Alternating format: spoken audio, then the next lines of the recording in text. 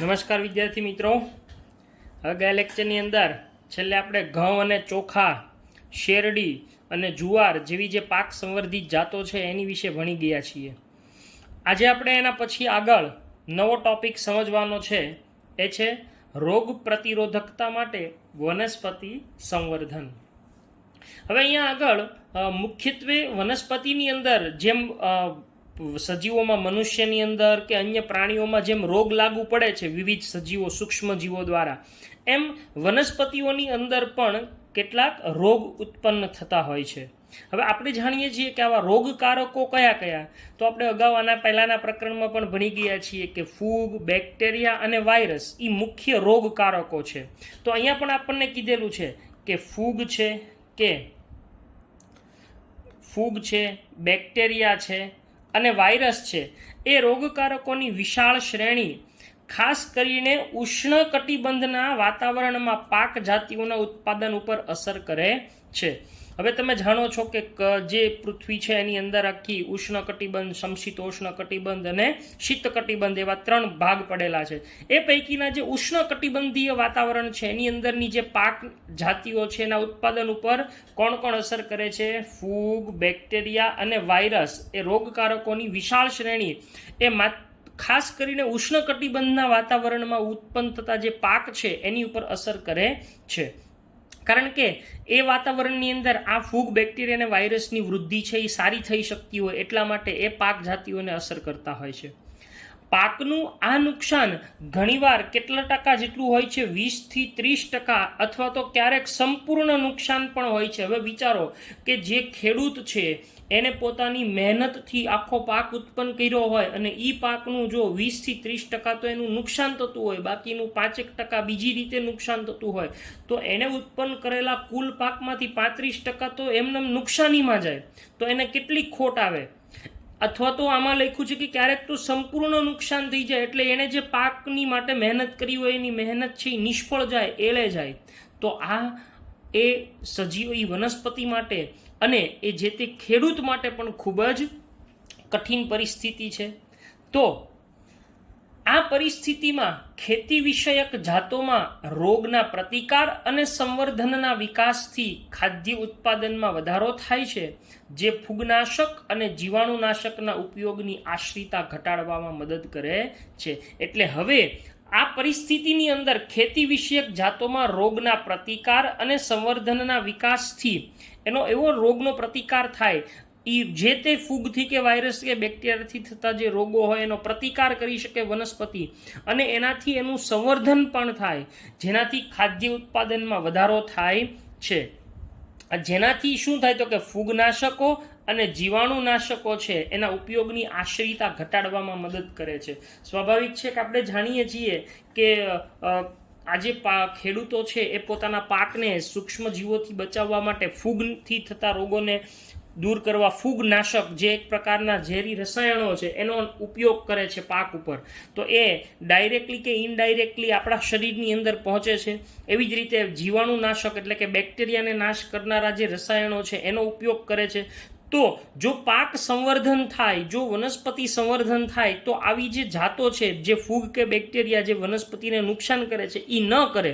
તો એના કારણે જે ફૂગનાશકો કે જીવાણુનાશકો છે એના ઉપયોગની જે આશ્રિતા છે એની ઉપર જે આધારિત થઈ ગયા છે ખેડૂતો, એ ઘટાડવામાં મદદ કરે છે.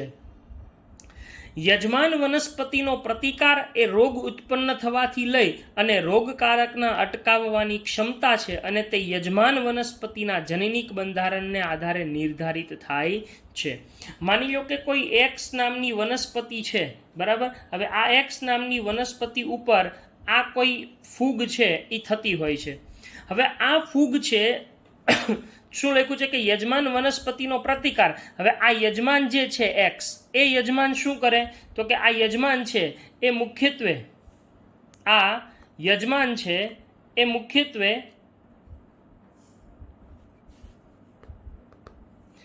જે વનસ્પતિ છે એને એનો ઈ ટૂંકમાં વનસ્પતિ એનો પ્રતિકાર કરે. અચ્છા, પ્રતિકાર કરે એટલે શું થશે? તો કે પ્રતિકાર કરે છે એટલે સ્વાભાવિક રીતે ઈ ફૂગ કે બેક્ટેરિયા હશે, ઈ ફૂગ છે તો એને અસર કરશે નહીં. પરંતુ એનો આધાર કોની ઉપર રહેલો છે? તો કે એનો આધાર છે એ સંપૂર્ણ રીતે એના જનીનિક બંધારણ ઉપર રહેલો છે.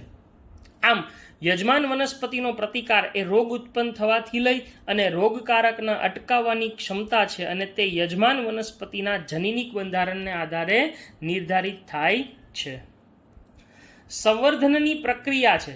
સંવર્ધનની પ્રક્રિયા અપનાવતા પહેલા, મુખ્યત્વે સંવર્ધનની પ્રક્રિયા છે એને અપનાવતા પહેલા રોગકારકો વિશે જાણકારી મેળવી તેમજ તેમના પ્રસારની ક્રિયાવિધિ જાણવી એ અગત્યની છે. સ્વાભાવિક છે કે એના માટે જે પ્રક્રિયા થતી હોય છે એ જાણવી એ આપણા માટે ખૂબ જરૂરી છે, અને એના ઉપર આખી જે પ્રક્રિયા છે એનો આધાર રહેલો હોય છે. હવે અહીંયા આપણને જે ઉદાહરણો આપ્યા છે આપણે યાદ રાખવાના છે. જેમ કે ફૂગ છે તો એનાથી થતા રોગો, તો ફૂગથી થતા રોગો છે મુખ્યત્વે કે ભાઈ ફૂગ દ્વારા થતા કેટલાક રોગો જેવા કે ગેરુ પ્રેરે છે, બરાબર છે. હવે ગેરુ એ એક પ્રકારનો રોગ છે, જે એક પ્રકારની રસ્ટ કહેવાય છે, બરાબર છે. હવે રસ્ટ છે એ ખરેખર તો એને અંગ્રેજીમાં રસ્ટ કહેવાય છે. જેમ કે ઘઉંનો ભૂરો ગેરુ, બરાબર. હવે ઘઉંનો ભૂરો ગેરુ એ એક પ્રકારનો રોગ છે. એવી જ રીતે શેરડીનો લાલ સડો, શેરડી તમે જુઓ તો ઘણીવાર એમાં લાલ સડો થતો હોય છે, તો એ લાલ સડો એક પ્રકારનો રોગ છે. એવી જ રીતે બટાટાનો પાછોતરો સુકારો, બરાબર. જો આ બધા જે અંગ્રેજી શબ્દો છે, brown rust of wheat, red rot sugar cane અને લેટ બ્લાઇટ ઓફ પોટેટો, આ બધા શબ્દો પણ આપણે નીટના પોઈન્ટ ઓફ વ્યૂથી યાદ રાખવાના છે. તો ફૂગ દ્વારા થતા કેટલાક રોગો જેવા કે ગેરુ પ્રેરે છે, બરાબર. હવે એ ગેરુમાં શું છે? તો કે ઘઉંનો ભૂરો ગેરુ, જો આ બધા ફૂગથી થતા છે. શેરડીનો લાલ સડો, બટાટાનો પાછોતરો સુકારો, આ બધા એ ફૂગ દ્વારા થતા કેટલાક રોગો છે. તો એની આપણને જાણકારી મેળવી. જો અહીંયા લખ્યું છે કે સંવર્ધનની પ્રક્રિયા છે એને અપનાવતા પહેલા રોગકારકો વિશે જાણકારી મેળવવી તેમજ તેના પ્રસારની ક્રિયાવિધિ જાણવી જરૂરી છે. તો આપણે ફૂગ દ્વારા થતા રોગો આવા છે એ આપણને ખબર પડી ગઈ. તો એના કારણે શું થશે? એવી જ રીતે બેક્ટેરિયા દ્વારા થતો ક્રુસિફરનો કાળો ગેરુ, બરાબર છે, ક્રુસિફરનો કાળો ગેરુ, અને વિષાણુ દ્વારા થતો તમાકુનો કિરમીર રોગ, જેને ટોબેકો મોઝેક વાયરસ કહેવાય છે, જેનું ટૂંકમાં TMV, ટોબેકો મોઝેક વાયરસ તરીકે ઓળખીએ છીએ. તો તમાકુમાં આ જે કિરમીરનો રોગ છે એ આવા વિષાણુ એટલે કે વાયરસ દ્વારા થાય છે. એવી જ રીતે સલગસમાં કિરમીરનો રોગ, જેને ટર્નિપ મોઝેક કહેવાય છે, ટર્નિપ મોઝેક વાયરસ. તો આમ આ TMV, ટોબેકો મોઝેક અને ટર્નિપ મોઝેક વાયરસ એ વિષાણુ દ્વારા થતો, જ્યારે બેક્ટેરિયા દ્વારા થતો ક્રુસિફરનો કાળો ગેરુ. એટલે આમ ફૂગ દ્વારા થતા રોગો, બેક્ટેરિયા દ્વારા થતા રોગો અને વિષાણુ દ્વારા થતા રોગો પહેલાં તો આપણે ઓળખવા જોઈએ. જો આપણે એને ઓળખીએ છીએ તો આપણે એ જે તે રોગ છે એને નાશ કરવા માટેના પગલાઓ લઈ શકશું, બરાબર છે. નેક્સ્ટ, હવે રોગ પ્રતિરોધકતા માટેની પદ્ધતિઓ. અચ્છા, આપણને રોગકારકોની ખબર પડી ગઈ કે ભાઈ ફૂગથી ગેરુ થાય છે, બેક્ટેરિયાથી છે એ પણ ક્રુસિફરનો ગેરુ થાય છે, વાયરસથી છે એ કિરમીર રોગ થાય. તો આ આપણને ખબર પડી. હવે આપણે એ આધારે એ રોગ ન થાય એના માટેના શું પ્રયત્નો કરી શકીએ, એના માટેના શું પગલાઓ લઈ શકીએ? તો કે રોગ પ્રતિરોધકતા માટેની જુદી જુદી પદ્ધતિઓ આપણને આપવામાં આવી છે. એ પૈકી સંવર્ધનનો હેતુ એ અગાઉ વર્ણવેલી પરંપરાગત સંવર્ધનની તકનીકીઓ દ્વારા કે વિકૃત પરિવર્તિત સંવર્ધન, જેને મ્યુટેશન બ્રીડિંગ કહેવાય, એના દ્વારા સિદ્ધ કરવામાં આવે છે. હવે આ બે શબ્દો ખાસ યાદ રાખજો. સંકરણ અને પસંદગી એ પ્રતિરોધકો મેળવવા માટેની પરંપરાગત સંવર્ધન પદ્ધતિ છે. આવો પ્રશ્ન આપણને નીટની અંદર પૂછી શકે કે સંકરણ અને પસંદગી છે એ પ્રતિરોધકો મેળવવા માટેની પરંપરાગત સંવર્ધન પદ્ધતિ છે. તો એવો પ્રશ્ન એવો હોય કે પ્રતિરોધકો મેળવવા માટેની પરંપરાગત સંવર્ધન પદ્ધતિઓ કઈ કઈ છે? સંકરણ અને પસંદગી. એટલે આ બે બાબતો આપણે ખાસ યાદ રાખવાની છે. નેક્સ્ટ, તેના માટેના તબક્કાઓ એટલે કે વિધિ અને સંવર્ધન દ્વારા વધુ ઉત્પાદન મેળવવા જેવા અન્ય કોઈ પણ કૃષિ વિદ્યાકીય લક્ષણો માટેના તબક્કાઓ સમાન છે. જો આ તબક્કાઓ એ કૃષિ વિદ્યાકીય લક્ષણોના કોઈ પણ તબક્કાઓની સમાન જ છે, જેવા કે વિવિધ તબક્કાઓમાં ક્રમશઃ પહેલું પ્રતિરોધકતાનો સ્ત્રોત માટે જનન રસની તારવણી, બીજું પસંદગી કરેલા પિતૃઓનું સંકરણ, ત્રીજું સંકર જાતોની પસંદગી અને મૂલ્યાંકન અને નવી જાતોનું પરીક્ષણ અને મુક્તિ. તો સ્વાભાવિક છે આપણે અગાઉ આ 5 તબક્કાઓ ભણી ગયા છીએ, એવા જ બધા તબક્કાઓ અહીંયા પણ આપણે જોવાના છે કે એ પ્રતિરોધકતા માટેના સ્ત્રોતો માટે જનન રસની તારવણી કરવી, પછી પસંદગી કરેલા પિતૃઓનું સંકરણ કરવું, સંકર જાતોની પસંદગી અને મૂલ્યાંકન, અને છેલ્લે નવી જાતોનું પરીક્ષણ અને નવી જાતોને બજારમાં મુક્તિ. તો આમ આ ઉત્પાદન મેળવવા માટે અન્ય કોઈ પણ કૃષિ વિદ્યાકીય લક્ષણો માટેના જે તબક્કાઓ છે એની જેવા જ આ તબક્કાઓ જોવા મળે છે કે જે રોગ સંવર્ધન, રોગ પ્રતિકારકતા માટેની પદ્ધતિઓ છે. અચ્છા, સંકરણ તેમજ પસંદગી દ્વારા ઉગાડવામાં આવતા ફૂગ, બેક્ટેરિયા અને વાયરલ રોગો પ્રત્યે પ્રતિરોધક અને બહાર પાડવામાં આવેલી કેટલીક પાકની જાતો આપણને આપેલી છે, જે અહીંયા હમણાં એક કોષ્ટક આવશે, એ કોષ્ટકની અંદર આપણને આપેલી છે. જો આવડી આ હવે આ કોષ્ટક આપણે સંપૂર્ણ પાકું કરવાનું છે. આ વર્ષે ગુજસેટની અંદર અને નીટની અંદર પ્રશ્નો આમાંથી પૂછાયેલા. તો પાક, ચલો પાક પહેલો કયો આપેલો છે આપણને? તો કે પહેલો પાક આપ્યો છે આપણને ઘઉં. ઓકે, ઘઉં. ઘઉં છે એની કઈ જાત છે? હિમગીરી. આ યાદ જ રાખવાનું છે.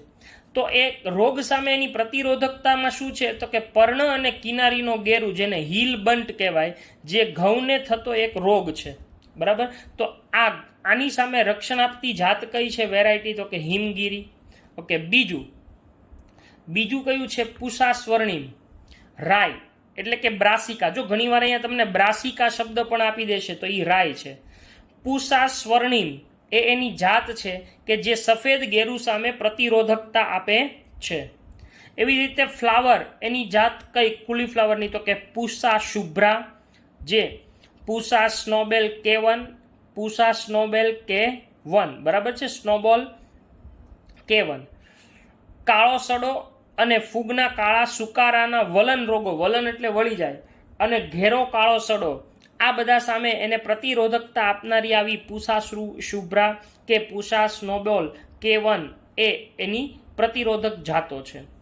પછી છે ચોળા, કાઓપી એને કહેવાય છે. પૂષા કોમલ, જો પૂષા સ્વર્ણિમ, પૂષા એટલે અહીંયા પૂષા વધારે શબ્દ આવ્યો છે, જે બેક્ટેરિયલ સુકારો સામે રક્ષણ આપે છે. અને મરચું, ચીલી, પૂષા સદાબહાર, બરાબર, એ જાત છે જે chilli mosaic virus, tobacco mosaic virus અને પર્ણ વલન એટલે કે પર્ણ છે એ વળી જવું, તો આવા જે રોગો હોય એની સામે રક્ષણ આપવાનું કાર્ય કરે છે. તો આ બધી પાકની જાતો છે. કઈ ઘઉં, રાય, ફ્લાવર, ચોળા અને મરચું, એની કઈ વેરાયટીઓ છે, કઈ જાતો છે એ રોગ પ્રતિકારક સામે રક્ષણ આપે છે, અને કયા રોગ પ્રતિકારકતા સામે રક્ષણ છે, આ બે બાબતો આપણે ખાસ યાદ રાખવાની છે. તો અહીંયા કીધું છે કે પ્રતિરોધક અને બહાર પાડવામાં આવેલી કેટલીક પાકની જાતો છે.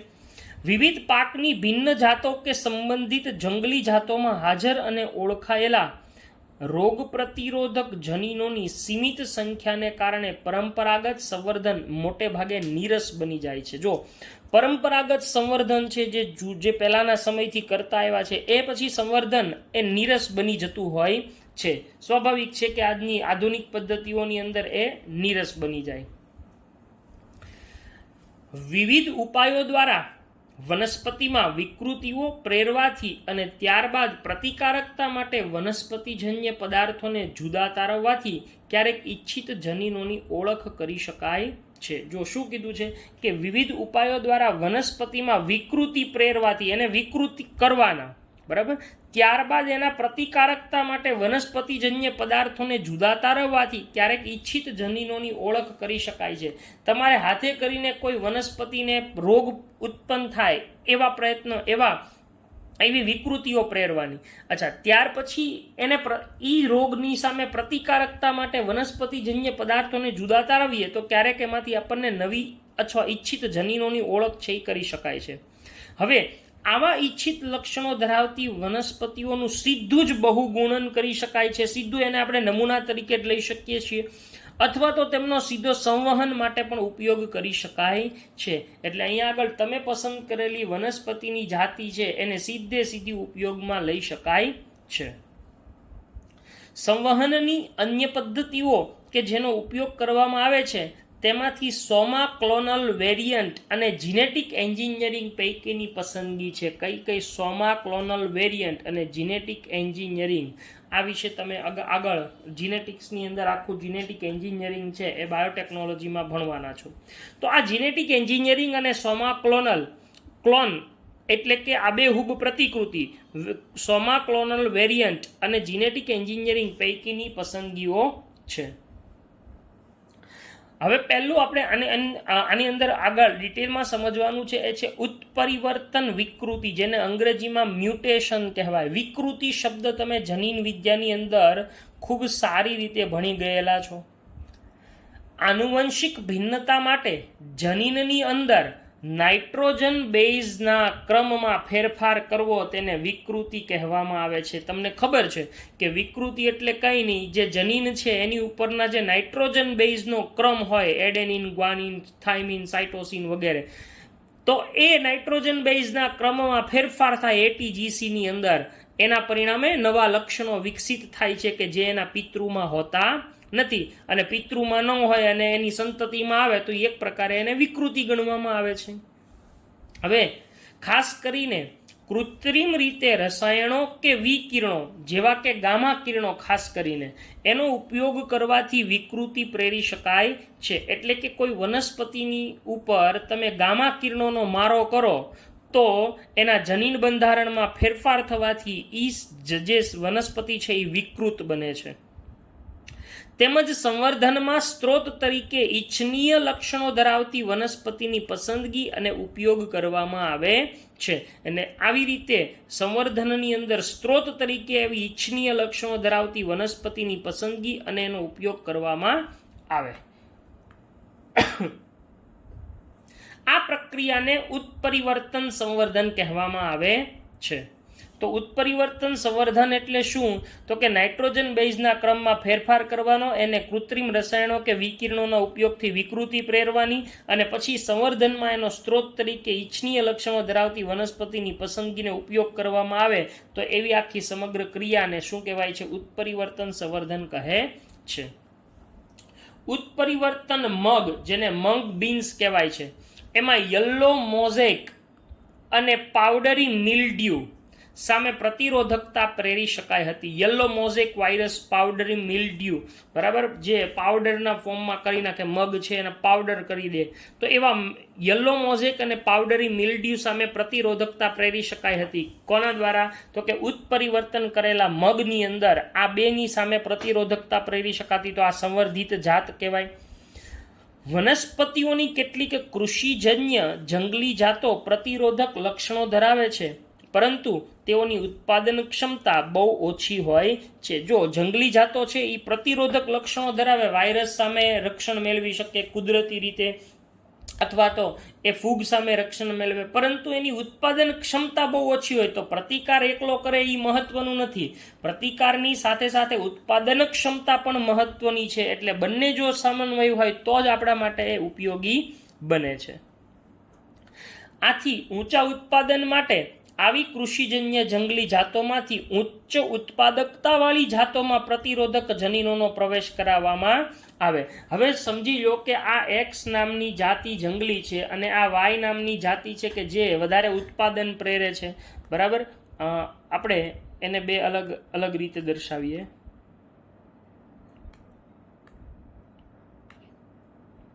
માની લો કે આ વાય જાત છે, બરાબર. હવે શું કહે છે? જો કે ઊંચા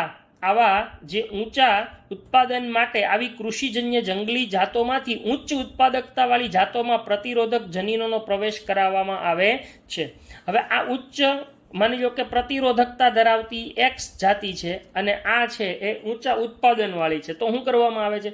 તો કે આવી જાતોમાંથી ઉચ્ચ ઉત્પાદકતાવાળી જાતોમાં હવે આનું જે પ્રતિરોધક જનીન છે એ આની અંદર દાખલ કરવામાં આવે એટલે શું થાય તો કે આનું જનીન છે એ આની અંદર આવી રીતે માની લો કે દાખલ કર્યું તો આ જે જનીન દાખલ કરવાથી આની અંદર બે ફાયદા થઈ ગયા.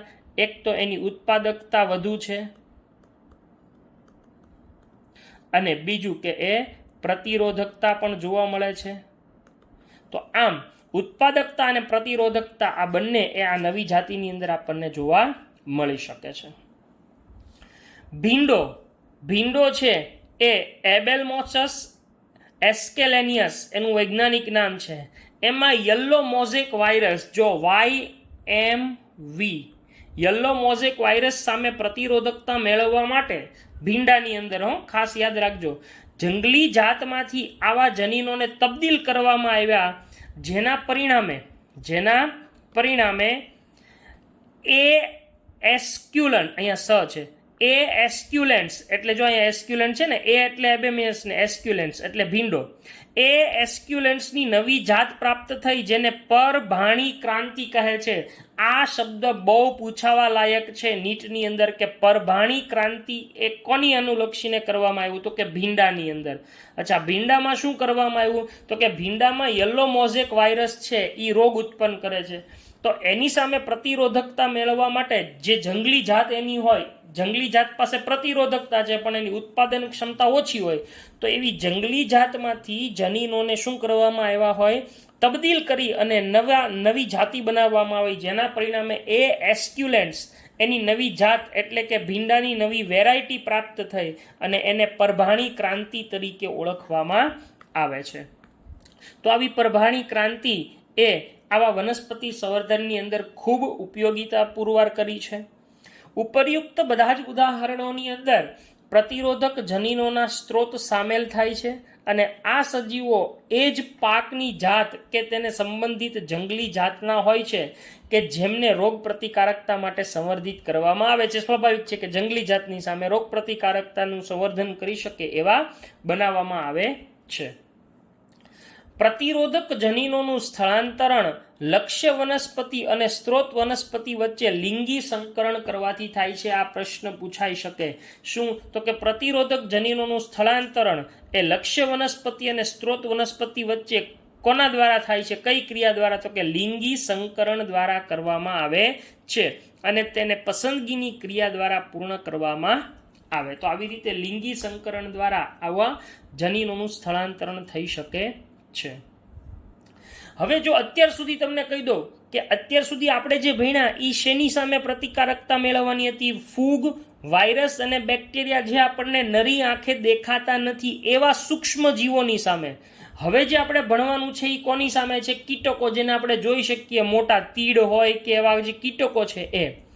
તો હવે આપણે એની સામે પ્રતિરોધકતા છે એના વિકાસ માટેના વનસ્પતિ સંવર્ધનની વાત કરીએ. ફરીથી કહી દઉં બે અલગ અલગ બાબતો છે. પહેલો જે હમણાં ભણી ગયા એ બધાની અંદર આપણે શું જોયું તો કે ફૂગ બેક્ટેરિયા અને વાયરસ જે સૂક્ષ્મજીવો છે એનાથી પ્રતિકારકતા મેળવવા માટે વનસ્પતિ સંવર્ધન અને હવે કીટકો જે આપણે જોઈ શકીએ છીએ એની સામે લડવા માટેની પ્રતિકારકતા. તો પાક વનસ્પતિ અને પાક ઉત્પાદનનું મોટા પાયે વિનાશનું અન્ય મુખ્ય કારણ એ કીટક અને કીટકોનો ઉપદ્રવ છે. જુઓ માની લો કે ફૂગ દ્વારા રોગ થયો અને 20 થી 30% પાક બગડ્યો. હવે બીજો 10-15% કીટકો બગાડી નાખે તો મેં તમને શરૂઆતમાં કીધું એમ કે ખેડૂતની મહેનત એળે જાય છે. યજમાન પાક વનસ્પતિઓમાં કીટ પ્રતિરોધકતા બાહ્યાકાર જૈવ રસાયણ કે દેહધાર્મિકીય લક્ષણોને કારણે હોય છે. એટલે યજમાન પાક વનસ્પતિઓની અંદર જે કીટકની સામેની પ્રતિરોધકતા છે એ કાં તો બાહ્યાકાર હોય અથવા તો જૈવ રસાયણ હોય અથવા તો દેહધાર્મિકીય લક્ષણોને કારણે જોવા મળે છે. કેટલીક વનસ્પતિઓમાં રોમમય પર્ણો કીટકોના પ્રતિકાર સાથે સંકળાયેલા છે. રોમમય પર્ણોની ઉપર રોમ હોય. દાખલા તરીકે કપાસમાં જેસિડ્સ અને ઘઉંમાં ધાન્યપૂર્ણ ભૃંગ કીટકો કે એના પ્રતિકાર સાથે એ સંકળાયેલા છે. એટલે કપાસની અંદર કોણ જેસિડ અને ઘઉંમાં ધાન્યપૂર્ણ ભૃંગ બરાબર કીટકો. ભૃંગ કીટકો એટલે એક પ્રકારના બીટલ્સ જેને અંગ્રેજીમાં કહેવાય. ઘઉંમાં વિશિષ્ટ પ્રકારના પ્રકાંડને કારણે પ્રકાંડને અંગ્રેજીમાં સ્ટેમ કહેવાય. સ્ટેમ સોફ્લાય તેમની નજીક જતી નથી, બરાબર. આ સ્ટેમ સોફ્લાય એટલે કે એક પ્રકારની માખી જેવું એક કીટક એમની નજીક જતી નથી, અને લીસા પર્ણોવાળી અને મધુરસ વિહીન કપાસની જાતો બોલવર્મ્સને આકર્ષી શકતી નથી. તો કુદરતી રીતે જ પોતે આવા કીટકોને પ્રતિકાર કરી દે છે કે માની લો કે ઘઉંમાં વિશિષ્ટ પ્રકારને કારણે જે સ્ટેમ સોફ્લાય છે એ તેમની નજીક જ ન જાય, એવું વિશિષ્ટ પ્રકાંડ છે કે એની અંદર એની નજીક જ નથી જતી. અને લીસા પર્ણોવાળી, એકદમ પર્ણ લીસા હોય અને મધુરસ વિહીન પણ એની અંદર કોઈ મધુરસ ન હોય એવી કપાસની જાતો છે, તો એ બોલવર્મ્સને આકર્ષતી નથી, કારણ કે બોલવર્મ્સને શું જોવે? મધુરસ જોવે. તો બોલવર્મ્સને આકર્ષી શકતી નથી. મકાઈની અંદર ઉચ્ચ એસ્પાર્ટિક એસિડ, નાઇટ્રોજન અને શર્કરાનું ઓછું પ્રમાણ એ પ્રકાંડ ભેદક કીટકો જેને સ્ટેમ બોરર્સ કહેવાય એની સામે પ્રતિરોધકતા સર્જે છે. જો મકાઈની અંદર શેનું ઊંચું પ્રમાણ? એસ્પાર્ટિક એસિડ, નાઇટ્રોજન અને શર્કરાનું ઓછું પ્રમાણ. ઉચ્ચ એસ્પાર્ટિક એસિડ, સાંભળી લેજો, ઉચ્ચ એસ્પાર્ટિક એસિડ, જ્યારે નાઇટ્રોજન અને શર્કરાનું ઓછું પ્રમાણ પ્રકાંડ ભેદક કીટકો સામે પ્રતિરોધકતા સર્જે છે. અગાઉ ચર્ચા થયેલી પ્રમાણે કીટ પ્રતિરોધકતા માટેની સંવર્ધન પદ્ધતિઓમાં અન્ય કોઈ પણ કૃષિ વિષયક લક્ષણ જેમ કે ઉત્પાદન કે ગુણવત્તા વગેરે તે કૃષિજન્ય તે જ પદ્ધતિઓનો સમાવેશ થાય છે, જે આપણે અગાઉ ભણી ગયા પાકની આ સંવર્ધિત જાતિની અંદર 5 જે તબક્કાઓ છે એ. કૃષિ તથા તેની જંગલી જાતોના પ્રતિરોધક જનીનોનો સ્ત્રોત કૃષિજન્ય જાતો તેમજ સંચિત જનન રસ જ છે. તો સ્વાભાવિક છે કે સંચિત જનન રસ જ તમને પ્રતિરોધકતા પ્રાપ્ત કરાવે છે. હવે અહીંયા આગળ જે કીટકો છે, જો આગળ ફરીથી કહી દઉં તમને કે આની પહેલા 9.1 કોષ્ટક જોયું, એ શેની પ્રતિકારકતા માટે હતું? ફૂગ, બેક્ટેરિયા કે વાયરસ. જ્યારે આ છે એ કીટકોની સામે પ્રતિરોધકતા. ચલો, રાઈ બ્રાસિકા, તો એનું સાચું નામ શું છે? રેપ્સિડ મસ્ટાર્ડ, બરાબર છે, જેની જાત છે પૂસા ગૌરવ. એ એફિડ્સ જે કીટકો છે એની સામે રક્ષણ આપે છે.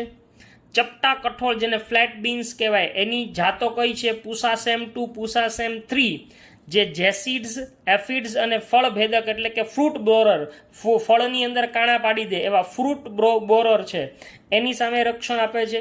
જ્યારે ભીંડો ઓકારા એ પૂસા સવાની અને પૂસા A4 એ પ્રકાંડ અને ફળભેદક કીટકો સામે રક્ષણ આપતી જાત છે. એટલે આ તો આ કોષ્ટક આપણે આખું યાદ જ રાખવાનું છે. રાઈ, ચપટા કઠોળ અને ભીંડા એની જુદી જુદી જાતો સામે રક્ષણ આપનારા જે કીટકોથી રક્ષણ આપનારી જાતો કઈ કઈ છે એ આપણે યાદ રાખવાનું છે.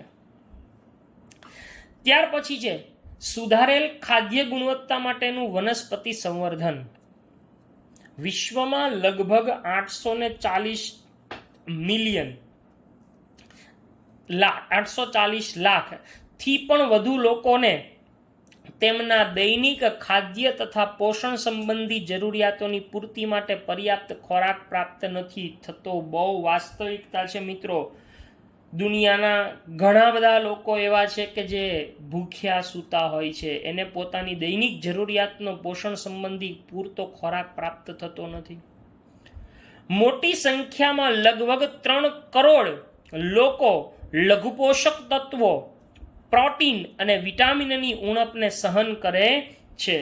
કોને? લઘુ પોષક તત્વો, જે તમે અગાઉ ભણી ગયા છો, પ્રોટીન અને વિટામિન્સની ઉણપને સહન કરે છે કે ભૂખમરાનો શિકાર છે. હિડન હંગર, ભૂખમરાનો શિકાર, કારણ કે એમની પાસે ખાવાનું જ નથી, કારણ કે તેઓને શાકભાજી, કઠોળ અથવા માછલી કે માંસની ખરીદી પરવડી શકતી નથી. હવે એમની પાસે એવી આવક જ નથી આર્થિક રીતે કે જે આ બધા ખોરાકને એ ખરીદી શકે, તો એના કારણે એ લોકોને ભૂખમરો સહન કરવાનો આવે છે. એવો ખોરાક કે જેમાં આવશ્યક લઘુ પોષક તત્વો કયા કયા, જેવા કે આયર્ન, વિટામિન A, આયોડિન અને ઝીંકનો અભાવ હોય છે, તેને લીધે રોગ થવાનું જોખમ વધી જાય છે, જેથી જીવનકાળમાં ઘટાડો અને માનસિક ક્ષમતા પણ ઘટી જાય છે. જો માનસિક ક્ષમતા અને જીવનકાળ બંનેમાં ઘટાડો થાય છે. સ્વાભાવિક છે કે જે લઘુ પોષક તત્વો છે જે શરીરને જરૂરી છે, એવા આયર્ન, વિટામિન A, આયોડિન અને ઝીંકનો અભાવ જે ખોરાકની અંદર હોય તો એના લીધે શું થાય તો કે રોગ થવાનું જોખમ વધી જાય છે. આવો પ્રશ્ન પૂછી શકાય કે આ કયા આવશ્યક લઘુ પોષક તત્વો છે એની ઉણપને લીધે રોગ થવાનું જોખમ અને જીવનકાળમાં ઘટાડો છે એ શક્ય બને? તો વિટામિન એ, આયર્ન, આયોડિન અને ઝીંક એનો અભાવ હોવાથી આ પરિસ્થિતિ ઉત્પન્ન થઈ શકે છે. લોક તંદુરસ્તીમાં સુધારો કરવા માટે સંવર્ધિત પાકોમાં વિપુલ માત્રામાં વિટામિન્સ અને ખનિજ તત્વો તેમજ છે તેજમ નહીં, બરાબર, તેમજ સ્વાસ્થ્યવર્ધક પ્રોટીન હોવા જરૂરી છે. જો યાદ રાખજો વિદ્યાર્થીઓ, આપણા ખોરાકની અંદર જેને સંતુલિત આહાર કહેવાય, આપણા 6 મુખ્ય પોષક ઘટકો છે કાર્બોદિત, પ્રોટીન, ચરબી, વિટામિન, ખનિજ, ક્ષાર અને પાણી, એ પૂરતા પ્રમાણમાં યોગ્ય માત્રામાં શરીરમાં દરરોજ જવા જરૂરી છે. તો લોક તંદુરસ્તીમાં સુધારો કરવા માટે સંવર્ધિત પાકોમાં વિપુલ માત્રામાં વિટામિન્સ અને ખનિજ તત્વો તેમજ સ્વાસ્થ્યવર્ધક પ્રોટીન હોવા જરૂરી છે. પ્રોટીન એ ખૂબ જરૂરી છે કારણ કે રિપેરિંગનું કામ કરે છે, બરાબર છે. ખનિજ તત્વો છે એ આપણી જે અંદર શરીરની ચયાપચયિક પ્રક્રિયાઓની અંદર જે બેલેન્સિંગ છે એ કામ કરે છે. વિટામિન્સ છે એ પણ આ પ્રક્રિયાઓ માટે ખૂબ જરૂરી છે. તો આમ વિટામિન્સ, ખનિજ તત્વો અને પ્રોટીન એ શરીરની અંદર હોવા જરૂરી છે.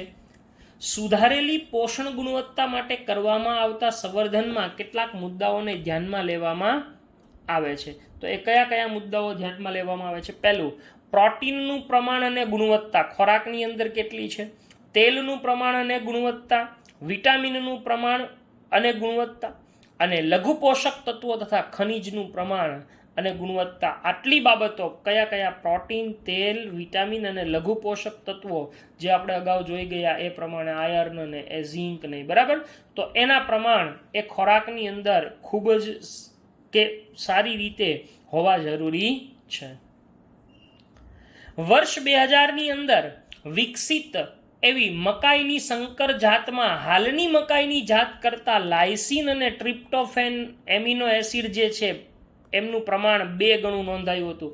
આ પ્રશ્ન બહુ હોટ ફેવરિટ ક્વેશ્ચન છે કે મકાઈની સંકર જાતમાં કયા એમિનો એસિડનું પ્રમાણ 2 ગણું નોંધાયું હતું? તો કે લાઇસિન અને ટ્રિપ્ટોફેનનું પ્રમાણ 2 ગણું નોંધાયું હતું. એવી જ રીતે ઘઉંની જાત એટલાસ 66 એટલે કે 66 તેના ઉચ્ચ પ્રોટીન મૂલ્યને કારણે ઘઉંના સુધારેલા પાક મેળવવા માટે દાતા તરીકે ઉપયોગી છે. તો આવો પણ પ્રશ્ન આપણને નીટમાં પૂછી શકાય કે ઘઉંની કઈ જાત છે એ દાતા તરીકે ઉપયોગી છે? તો એટલાસ 66 જે ઉચ્ચ પ્રોટીન મૂલ્ય ધરાવે છે. સામાન્ય વપરાશમાં લેવાતી ચોખાની જાતમાં હોય એના કરતાં 5 ગણું આયર્નનું મૂલ્ય ધરાવતી ચોખાની જાત વિકસાવવાનું શક્ય બન્યું છે. તો આ બધું જ કોના કારણે? તો કે વનસ્પતિ સંવર્ધનને કારણે શક્ય બને છે. ભારતીય કૃષિ સંશોધન સંસ્થા જેને IARI અંગ્રેજીમાં કહેવાય છે, ઇન્ડિયન એગ્રીકલ્ચર રિસર્ચ ઇન્સ્ટિટ્યૂટ, આ ફૂલ ફોર્મ આપણને પૂછી શકે, હા, બોર્ડમાં પણ પૂછી શકે, જે ન્યૂ દિલ્હી ખાતે આવેલું છે, એ શાકભાજીના એવા પાકો બહાર પાડ્યા છે કે જે વિટામિન એ અને ખનિજની વિપુલ માત્રા ધરાવે છે. જો આપણી ઇન્ડિયન એગ્રીકલ્ચર રિસર્ચ ઇન્સ્ટિટ્યૂટ દિલ્હીએ એવા શાકભાજી બહાર પાડ્યા છે કે જે વિટામિન એ અને ખનિજની વિપુલ માત્રા ધરાવે છે. દાખલા તરીકે એવા કયા કયા પાક બહાર પાડેલા છે? વિટામિન એ થી ભરપૂર એવા ગાજર, પાલક અને કોળું જેને પમ્પકિન કહેવાય.